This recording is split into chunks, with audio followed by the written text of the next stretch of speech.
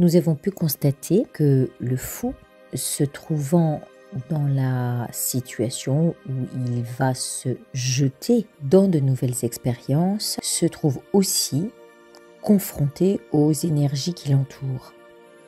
On peut en conclure que suivant ce qu'on a à l'esprit au moment de notre mort, les énergies ambiantes qui nous entourent, eh bien, tout ceci, toutes ces énergies-là seront source de troubles et de perturbations mentales. Celles-ci vont créer les conditions d'une nouvelle vie.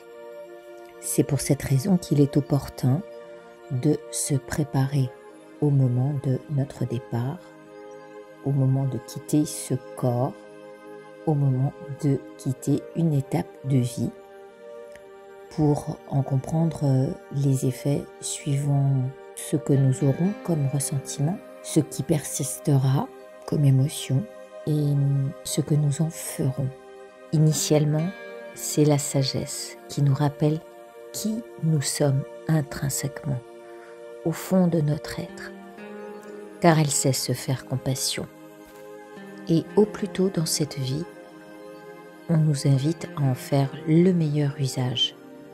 D'abord à l'égard de l'esprit et ensuite pour migrer en confiance. Il ne va pas sans dire que notre fou, étant toujours en quête du bonheur, c'est à l'étincelle de ses souhaits que la spontanéité mettra le feu à la magie. Voilà le moteur de sa motivation.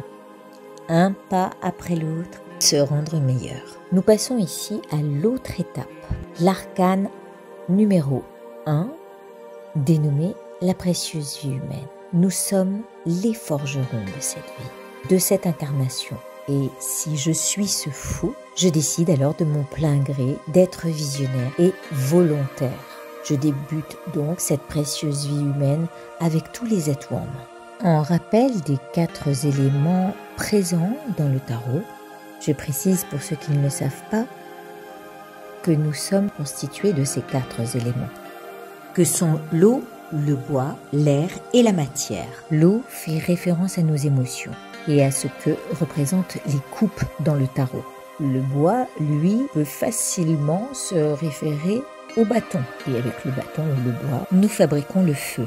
Le feu est l'action. Le vent, l'air. Essayez de voir comment vous faites pour fendre le vent, pour fendre l'air avec une épée. C'est quand même très difficile. Et pourtant, cela va évoquer nos pensées, ces pensées insaisissables qui volent et virevoltent dans nos esprits sur l'appui des émotions et des ressentis. C'est essentiellement l'élément de l'esprit et de l'imagination.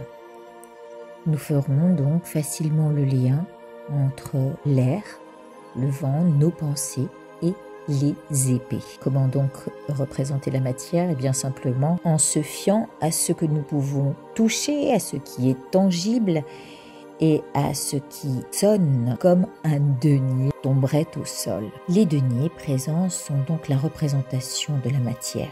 Tout ce qui permet d'investir en elle proviendra de nos deniers. Et si je dois faire un résumé de ce qu'est le forgeron dans ce tarot, c'est qu'en incarnant cette précieuse vie humaine, nous serons à même de modeler ce que l'on veut de cette vie.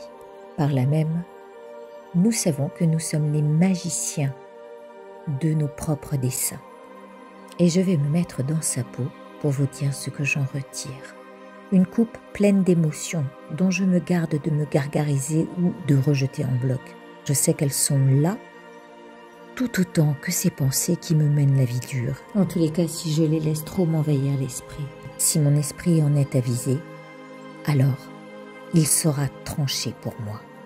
Tête de bois, je mets le feu dans mes actions et créations jusqu'à pouvoir enfin en vivre et en retirer quelques deniers. Vous l'aurez saisi, de cette libre vacuité sont nés désir et envie, nous laissant prendre à ce jeu qui incite à devenir son propre forgeron. On a face à nous le plateau d'une vie à explorer sous tous ses angles et qui s'étend là, sous nos yeux, tel un plan Voilà que nous découvrons qu'à chaque nouvelle étape, nous sommes en plein apprentissage. Le cheminement intérieur se met à l'œuvre devant quelques épreuves à solutionner. Et là, il serait bien de titiller l'intuition, car c'est ce qui ressort de la magie. Avant de passer à l'étape supérieure, je compulse de temps à autre le livre d'un savoir secret, jusqu'à en appliquer les plus sages conseils. J'en découvre l'impact intérieur et les effets extérieurs lorsque je me discipline. Comme à la fin de chacune des étapes, il y aura des bonnes et des mauvaises surprises. Je vais tenter de vous expliquer maintenant comment j'ai conçu cette carte. À l'annonce de celle-ci, j'exprime que la coupe est pleine et c'est la petite goutte qui fait déborder le vase. Je suis le contenant de cette eau et de mes émotions comme de mes ressentis. À partir de ces émotions, il peut en ressortir de la colère ou des pleurs. Le feu de mes actions va provenir de ma colère, mais aussi de mes passions. Regardez ici ce qui me rend électrique, ce qui rend mon cœur si passionné. Ce sont mes emballements et ce qui va me transporter.